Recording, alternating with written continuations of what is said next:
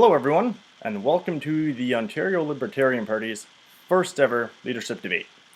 I'm the moderator of this debate, Brad Greilick, and I'm here today with our two leadership hopefuls, Mark Snow, who was a former candidate in our 2018 provincial election, and Keith Kumar, who is our current treasurer and CFO of the party. So, our first question is going to go to Mark, and then Keith will have an opportunity to rebuttal or give his own answer. Oh, Mark, how would you, as leader, deal with those in society who are unemployable as a result of a serious mental illness? What do you propose we adopt as our party's mental health policy? That's kind of a tough one because libertarians believe in voluntary systems, and we've come so far that the government has taken over all of our social care system. We don't have Sally Ann's. We don't have churches that get funding anymore. They've taken over corporate charity. So in the interim, we would have to continue funding this until we could get a libertarian society into view that we would start having people give more to charity and do more charitable acts. But we just can't shut it off. There's too many people that need help. And so, as part of our healthcare platform in 2018, that included the option of keeping OHIP and those coverages that are covered particularly under there, which there's very little. I couldn't shut it off. I couldn't with any heart shut it off or stop it. But we need to go to a society where we have more volunteer activities and more volunteerism and more private charity set up in that sense. Terrific. Thank you very much. Keith? It is a tough question for a libertarian. What do we do with the infirm? What do we do with the people who are disadvantaged? I've been pondering this a lot. And my thought on this is we could set up something in this province as opposed to what we have. We have a million different bureaucracies looking after this. And they overlap each other and they create such an enormous waste in our system. So if we were to revamp that in a way where we had something what I would call like the Department of Disability Empowerment, something along those lines, where you look at economic, physical, and mental disability in people, and you put them into this program where we like a 3-4 year get in, get out type of deal, empowering people as opposed to systemizing them and making them someone who's dependent on the government forever. You could do that right away without hurting anybody, and as an interim until we could find something more of a private system. But what that would do is it would eliminate all of these other bureaucracies that we have at the same time. We could eliminate the whole pile of them and just put it all under one umbrella and really start to look after these people and empower them also, get them back working, get them into things that they possibly can do. Because I hear a lot of disabled people say that they would love to participate in society, but they just don't feel the ability to do that. So it's not as libertarian as we'd like to do, but it's kind of something in the middle that would take us back from where we are with this big government and shrink it in a huge way and still enable people to be looked after in the interim. All right. Thank you very much. Any response to that, Mark? Yeah, we have a lot of programs currently right now in the Ontario healthcare system and across the several different lines. The Trillium program, the Ontario Works program, welfare, social assistance. These are all programs that are heavily on management and light on delivery. And if we are going to do something like that, I would sooner see that the government became an NGO a government worked with NGOs, non-governmental organizations, where we can classify that, get rid of the bureaucracy as Keith was talking about, and make sure that we're getting full service delivery down at the NGO level so that we can get the maximum amount of the money that we're going to fund for that until we can have a system in place that can work with the people, work with the different charitable organizations and care organizations that are out there that really just want to provide. So let's support those organizations if we have to spend any taxpayers' dollars on it. Terrific. Thank you very much. So, next question. Keith. I'd like to come back on that one just quickly. Yep. To touch base on that. And I agree. NGOs are a great system. What's going to happen is if we don't have something in place for the people of this province, they're never going to elect us. They want to see that they're taken care of. And having one bureaucracy instead of having 50 bureaucracies is definitely an easier touch. So I would be eliminating welfare and ODSP and all of these other programs and putting them all under this one department and streamlining it. So I understand what you're saying, and I do agree. How about the NGOs and do that? But in the interim, let's eliminate the huge bloated bureaucracy that we have that overlap and just make it one department. Okay, thank you. So moving on then. Keith, what would you do as leader to attract more moderate voters to what is considered to a lot of people to be a more extreme political movement? We just, we need to get our voice out. We need to be out on the street. People already believe our message. When I stand on the street corner and I'm getting signatures or I'm talking to people, we're all saying the same thing. Government is too big. It's wasting our money. We need to stop spending our money in other places. We need to keep it local. They all feel the same way. So it's not our message. It's our messengers. We need to be better at providing this message. We're really not an extreme party. We're very much in the wheelhouse of what people believe. They don't see us out there, and they don't see us as viable because we're not putting our boots on the ground. So we need to get out in every riding and get our name out and talk to people. That's how we're gonna grow this movement, and that's how we're gonna bring all the moderates in to our party. All right, thank you. Message again, Brad. Okay, the question was what would you do as the leader to attract more moderate voters to what's often seen as a more extreme political movement? One of the greatest things that brought me into this party was the 2018 platform. It talked about people having power and control. And everywhere I went, I debated here in Ottawa, I debated all across the National Capital Region and all the way down to Kingston, is people understand that we have a message, but we had a lot of fear about the Wynne and the Ford government getting back in. And in that messaging and in those speeches that I would give about power, choice, and control, what we would experience is that I would say that, listen, in 4 years' time, nothing's going to change. The deficit's not going to change.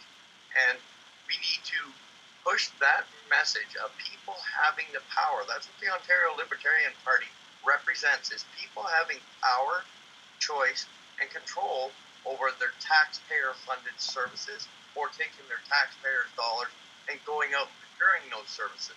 So that's the message that we have to get across, is that, like he said, the message is to grow the party, and to make that sellable, we need to be able to not have people fearmonger about us closing and cutting and shutting everything off. That would be ultimately a reasonable goal for myself, but that's not something that we can do right away. So I think that we should grow the message, yes, but we should also push whatever the platform comes out from the caucus after the leadership convention to start really, really explaining what that means and really, really pushing that message on social media, the website, Twitter, Snapchat, Instagram, whatever it is that we have to do to push that message, to give people 3 years to get used to us and really hear our message. Okay, thank you. You have a response to that, Keith? Yeah, I do, and I agree with most of that.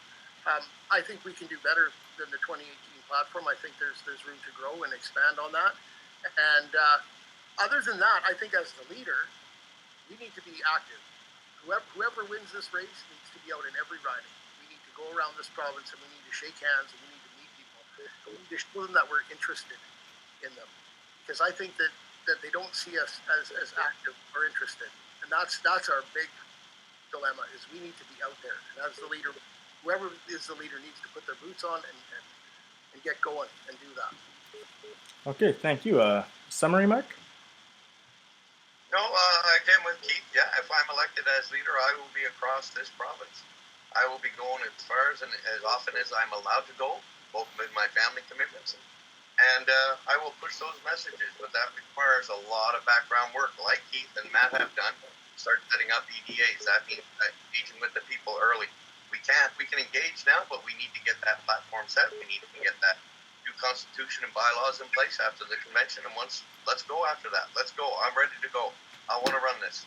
Okay, sounds good. So then the next question, we'll start with Mark.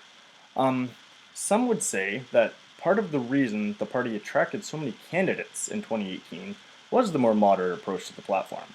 Do you think that it is important to build on that moderate approach, or do you think the party would benefit from going for a more radical approach in 2022? I absolutely do not believe a radical approach is necessary nor wanted. It's not sellable, as he said. The 2018 platform, like I said, was about people having choice, was about people controlling their government services, was about turning those funds over in a lot of areas in healthcare and education. It was about property rights. It was about everything that was going to make people more powerful than government. And that's what really attracted me, because I'm tired of government ruling my life. I'm tired of it ruling my children's lives when they're going to school. I'm tired of it taking the healthcare system and turning it into wait times. I'm tired of the conservation authorities, which Ford is putting through right now, new regulations that's going to empower them to take more power away from property owners. So, no, I believe that we should be as moderate as 2018 with a more clearer explanation. I don't set, as the leader or Keith or nobody else sets, the caucus. The members that ran in the election and the executive set the next platform. Whoever is leader, Keith or myself, will take that platform and run with it. That's what we have to do. We have to really grow that platform, and we need to decide on it quickly so that we can get it out. Okay, thank you very much. Keith, your thoughts? We sure do need to set a platform, and we need to do it as fast as we can, because we need a message that's universal and that is accepted by everybody, and it's a one-page issue. Like, we are all talking the same thing. That being said, I think we have a chance to do something really extraordinary this election in 2022. I've been really pondering what we do as libertarians and how, as we put out a platform, it's still a one-size-fits-all platform. It's still trying to govern the whole province under one set of ideals. And I believe that if we were to set up EDAs in each riding, and we allowed the EDAs and the candidates, which it would be the caucus at that point, to set more of a local platform for their issues on a libertarian basis, and as the center of the party, have a few key things in there, like our education. We're all universal on the fact that we want charter schools. We understand that. And if we set that core platform, 2 or 3 really solid items that people want to see, and we left the rest of it up to the EDAs and to each riding to find local issues that are libertarian that they need to run on, as they set their own platform, I think that would be something, A, completely unique, B, it would be very appealing to the local people, and it would allow us to spread that message locally in a whole different way. And it would also show these people that we actually care about their ridings individually, as opposed to trying to pass one edict down. We all sound the same when we have one platform and we push it. This would be something completely new, and I think it's something that we could do as a party that would innovate what politics are today. All right, thank you. Mark, any thoughts? No, I actually really like what he said there about individual, but the only other aspect that I would say is that we need to have a full platform that explains all the different policies across the board. The idea of taking a libertarian government and decentralizing it and putting that back down onto the local municipalities and cities, that's what it's supposed to be about. Reducing the size and scope of government and putting more of that power in the hands of municipalities. That is the problem right now, is that everything is centrally controlled out of Toronto, from property rights to taxation to education rights. In your own ridings, in your own districts, those school zones are now paid to Toronto instead of just here in your local school zone.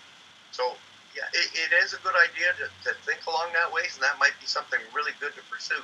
However, I do believe that we need a provincial platform that explains our 7 or 8 main policies, short little snappy stuff, and then go from there. EDAs can sell and talk about that afterwards, or local riding associations can do that as well. Okay, Keith, any more thoughts? No, that's good. Okay, then moving on, our next question is for Keith. What is more important to you, increasing our number of registered EDAs or going for a full slate in 2022? Increasing our EDAs, and I'll tell you why. From the EDAs, you have local growth. it is really hard to sit in Toronto or sit in Ottawa and run a province with 124 ridings. That's like a huge province, biggest province in Canada.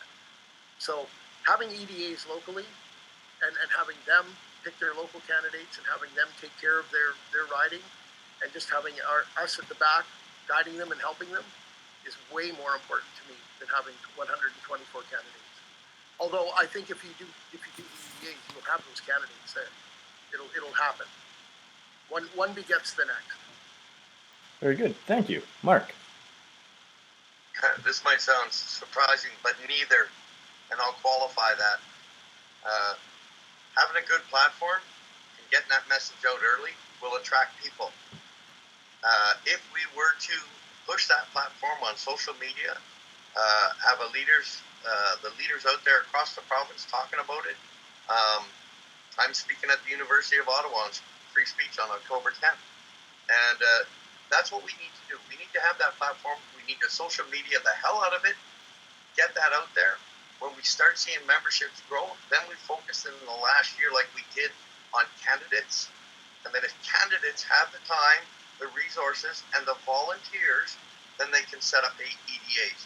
So I think the focus is not necessarily, when I say no, neither, the focus is developing a good platform, pressing that platform for the next 2 years, spending money, raising money, getting out there, making noise, and then developing the candidates and then the EDAs. I understand the reasoning for an EDA, but as someone who ran in the election and was part of the team that built the Ottawa group,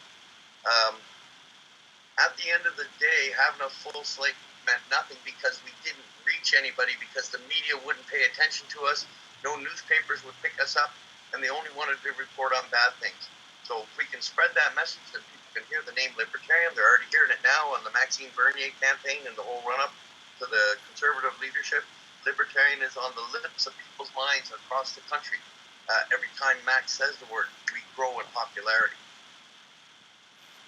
Okay, thank you. Summary to that, Keith. Yes, so as if I'm elected leader of this party, I'm going to put my boots on the ground.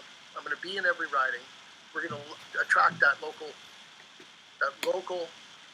constituent, 1 or 2 or 3. We are going to set up those EDAs.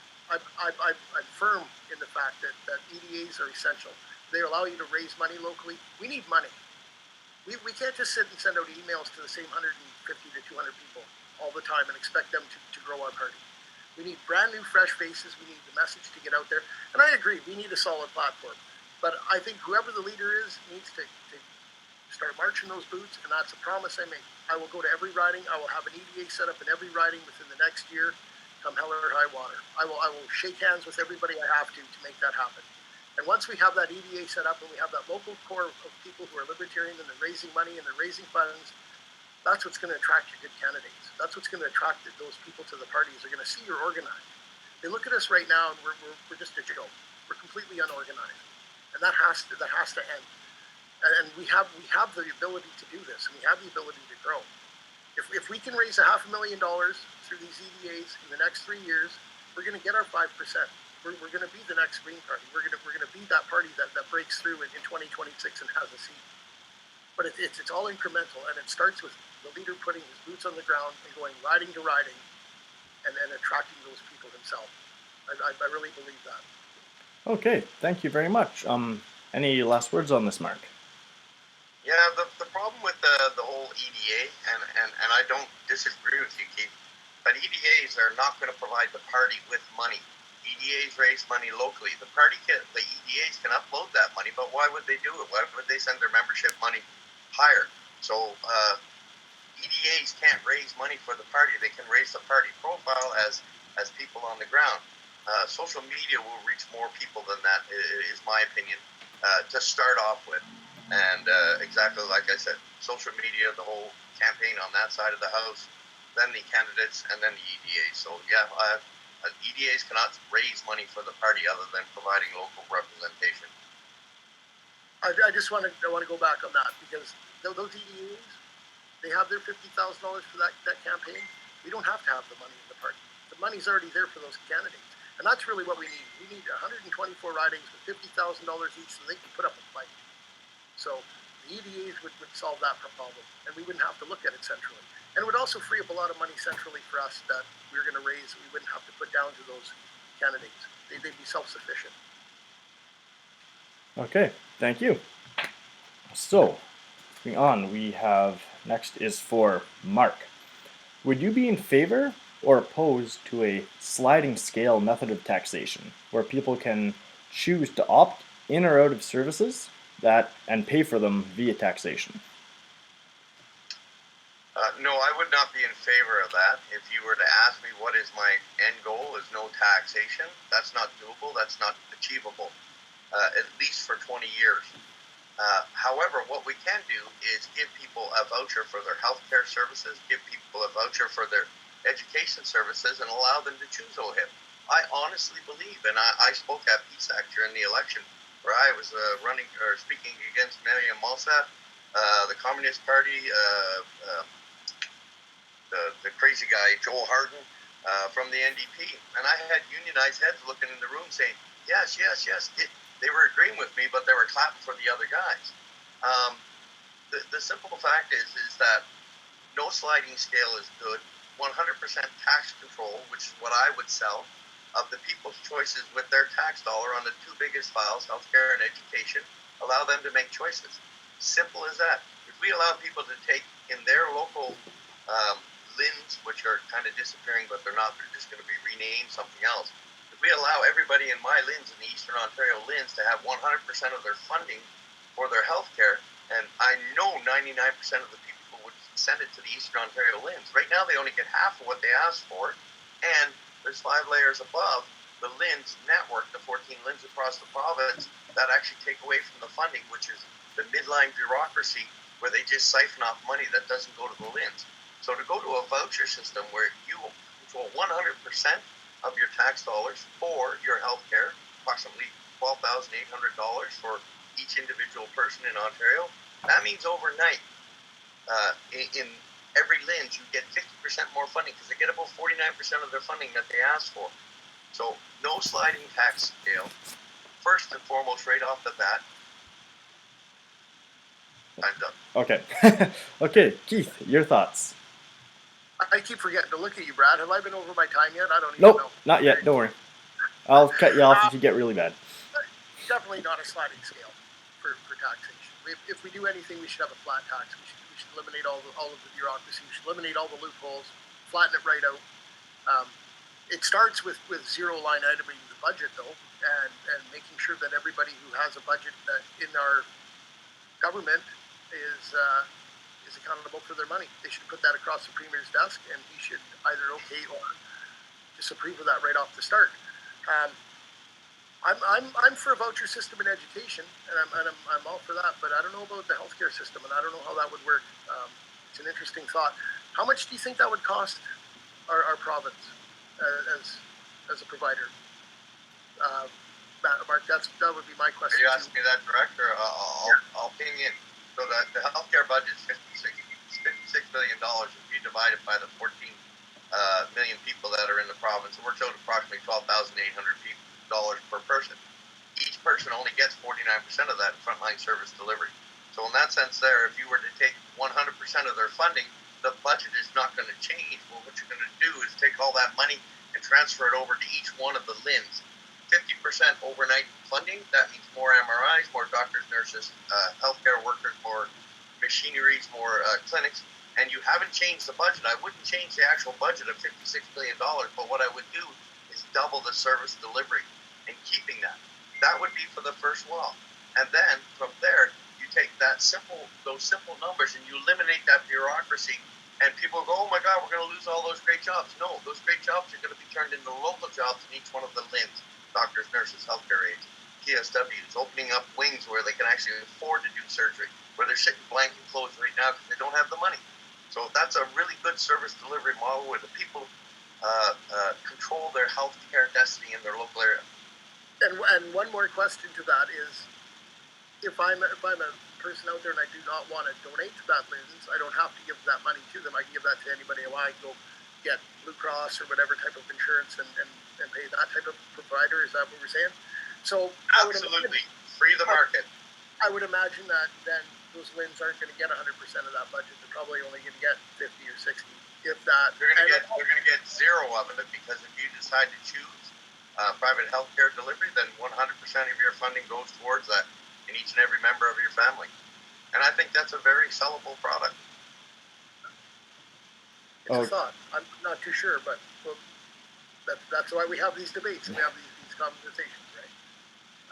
All right. Are you guys both okay? Any other thoughts? I'm good. Okay.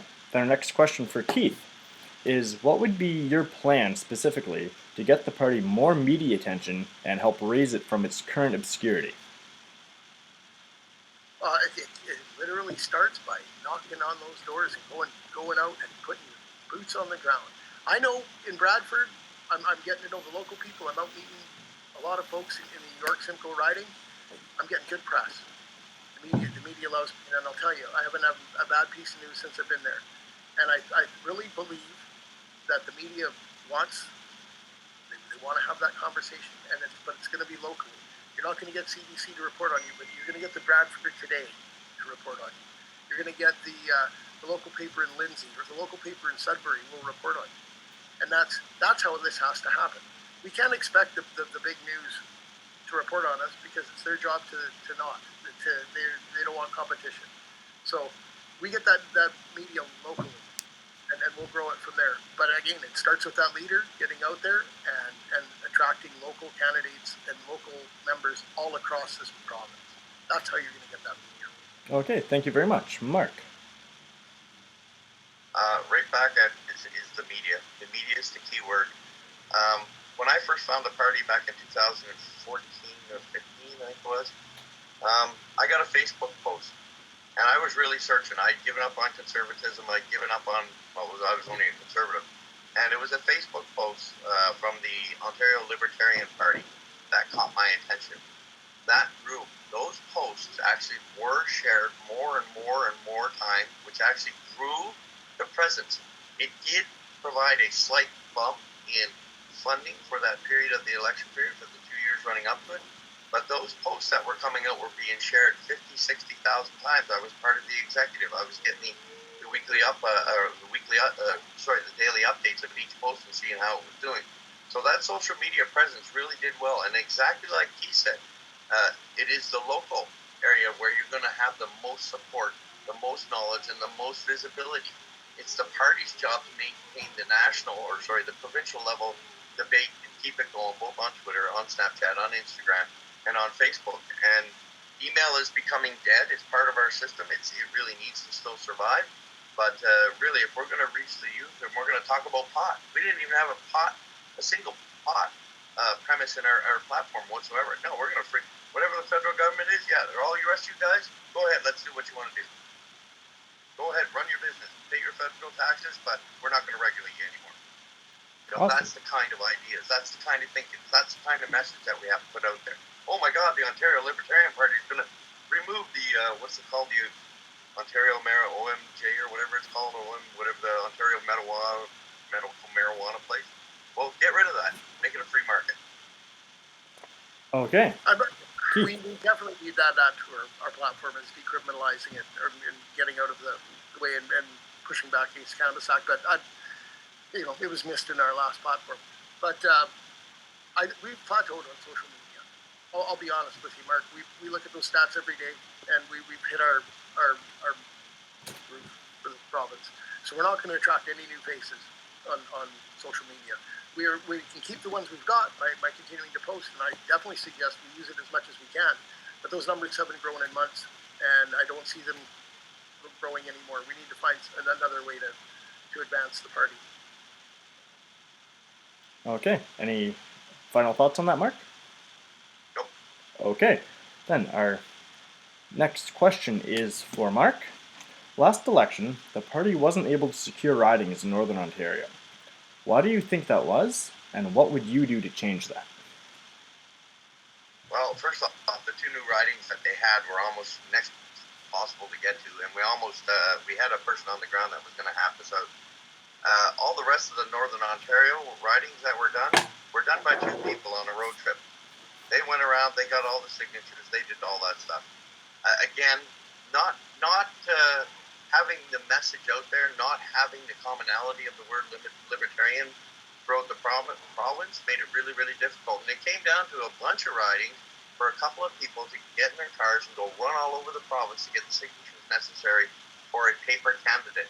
And most of them were paper candidates. And we did achieve 117 of 124. However, unless we can grow that party and grow that message and meet those, get those ideas implanted in those communities, it's going to be the same thing in 2022. We'll try to change it, but I suspect we're going to have ridings where we have to send people into. Okay, thank you. Keith? I'm going to hop in my car and drive to those ridings.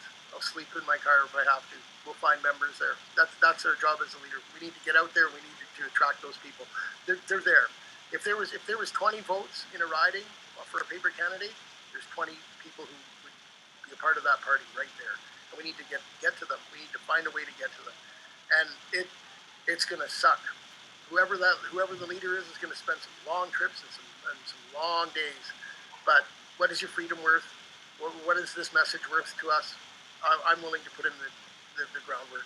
I'll make time, and I'll be there, and I'll go to every single riding, and we will have that set up. We will find those people there. They're there. We just have to find them, and I'm willing to put in that work.